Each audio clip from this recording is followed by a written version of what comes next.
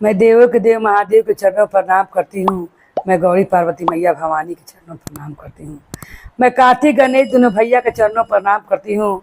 मैं सभी देवी दुर्गा के चरणों पर प्रणाम करती हूँ। जितने गुरु भाई बहन लोग उनको मैं प्रणाम करती हूँ और महादेव से ही दया मांगती हूँ कि हे महादेव आप सब पर दया कीजिए, आप पल पल दया कीजिए। हे महादेव गुरु भाई बहन लोग, आज आप लोग मैं एक धोबी किसी चचा कथा सुनाने वाली हूँ। एक गांव में एक धोबी था। वो धोबी दो गधा गधी रख ले था। वो उससे बहुत काम करवाता, उसके पीठ पर लाद कर ढेर ढेर कपड़ा ले जाता, धोता और उसे लाकर भूखे ही बांध देता। उसे भर पेट खाना भी नहीं देता। गधा के जो पत्नी थी वो गंगा किनारे जब धोबी कपड़ा धोने जाता तो बहुत सी स्त्रियां को वो गधा की पत्नी देखती दान पुण्य करते हुए और महादेव से दया मांगते हुए। वो गधा की पत्नी मन ही मन सोचती और कहती कि हे प्रभु, अगर आपने मुझे मनुष्य बनाया होता, मैंने से क्या गलती किया था अगले जन्म में, क्या आपने मुझे गधा गधी हम लोग पति पत्नी के बना दिए। ये हम लोग के भर पेट खाने के लिए भी नहीं देता है और हम लोग के पीठ पर इतना सारा कपड़ा लाद देता है और लाद कर ले जाता है। पेट में दाना नहीं, फिर भी पीठ पर इतना सारा बोझा लेकर ढोने में मन कहर जाता है, मगर करे तो क्या करे।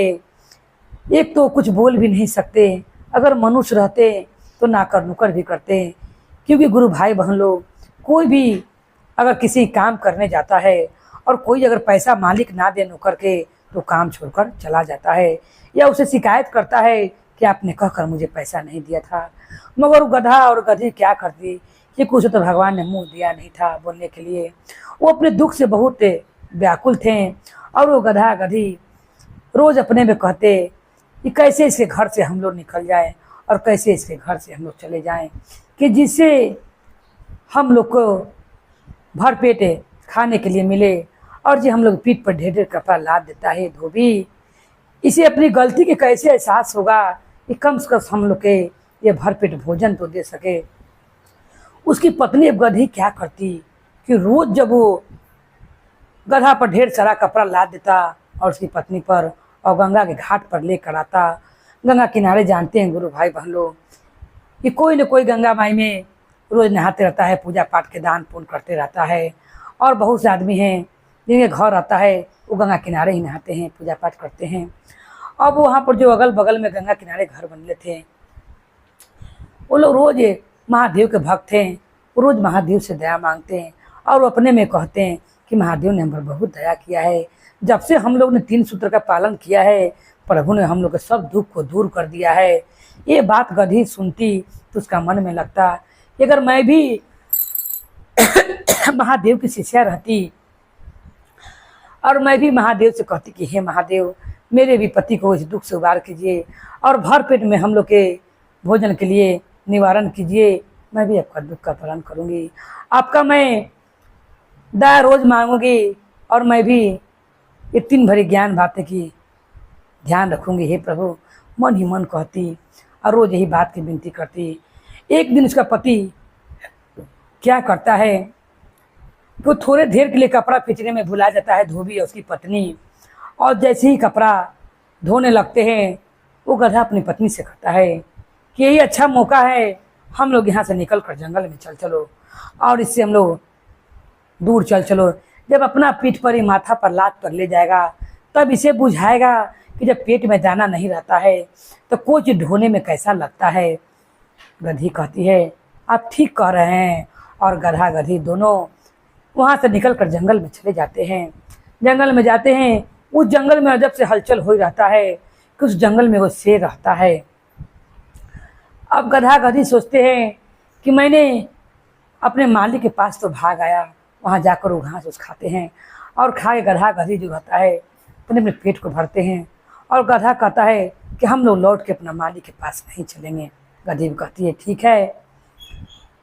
वो शेर जो रहता है उस जंगल में, सब लोग कहते हैं भागो, इस जंगल का राजा शेर आ रहा है, हम लोग के उससे बच कर रहना पड़ेगा और नहीं तो कभी भी हम लोग खा सकता है। ये सोचकर गधा गधी सोचते हैं कि दुख का मारा हुआ हम लोग इस जंगल में भी आए, तो इस पर भी हम लोग का रोग ही लग गया। अगर वो शेर देखेगा तो हम लोग को भी चीर फाड़ देगा।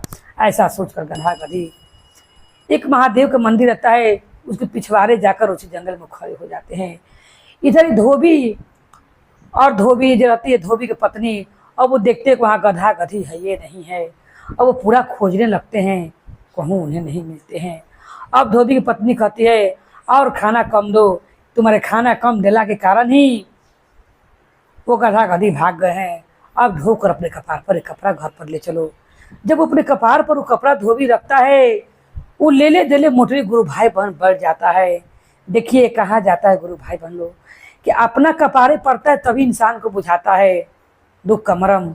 अगर दूसरा के घर में कुछ हो रहे, लोग सही में मजे लेते हैं और उनका हंस के मजाक उड़ाते हैं। इसी तरह गधा को हुआ और धोबी पर हुआ। जब वो धोबी पर गधा पर कपड़ा लाता था, चलने से बेसी उसके देह पर कपड़ा ला देता था और उसे उहुड़ कुहुड़ के गधा और उसकी पत्नी कपड़ा लेकर आते थे। मगर कुछ समय के लिए ही गधा गधी जब वहाँ से हट जाते हैं, तो देखिए कैसे जब धोबी अपना कपार पर मोटरी कपड़ा बांधता है, वो लेले दिले बैठ जाता है और अपनी पत्नी से झगड़ा करने लगता है। कहता है कपड़ा तुम लेकर चलो।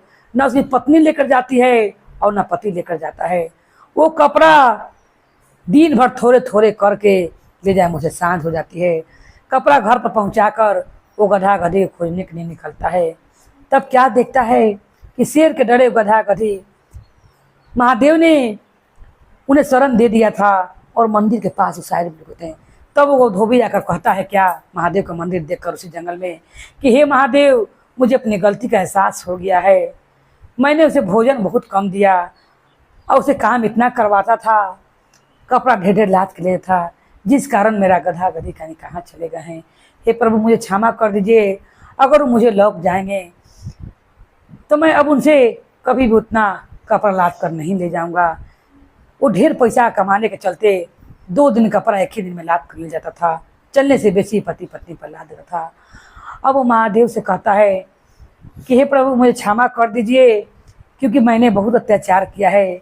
उस ना बोलने वाले जानवर पर मैं उन्हें भर पेट भोजन दूंगा और मैं इतना खिलाऊंगा उन्हें को कभी मुझ पर से नहीं भागेंगे।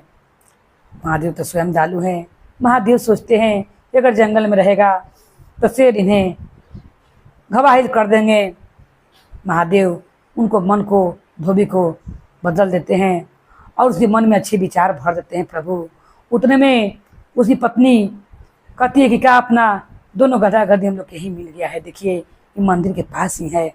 और दोनों कहते हैं कि चलो गधा गधी से दोनों से क्षमा मांगते हैं और कहते हैं कि हम लोग पति पत्नी तुम्हें कभी परेशान नहीं करेंगे और तुम पर कभी भी ढेर कपड़ा भी नहीं ला देंगे। वो दोनों को फिर बुला कर ले आते हैं और ले आकर उन्हें भर पेट भोजन कराते हैं। भर पेट उन्हें खाने के लिए घास रखते हैं, खिया के उन्हें। तब अब गधी कहती है कि देखिए एक दिन के ही छोड़ के भगला में इसे मालिक को समझ में आ गया है कि हम लोग के बिना इसका काम होने वाला नहीं है। गधा कहता है कि एक दिन के छोड़ के भगला में ही इसे समझ में आ गया है कि हम लोग के इससे काम नहीं होगा। तब गधी कहती है आप नहीं जानते हैं, इसका समझ इससे खुद नहीं आया है, ये सब मेरे महादेव ने किया है।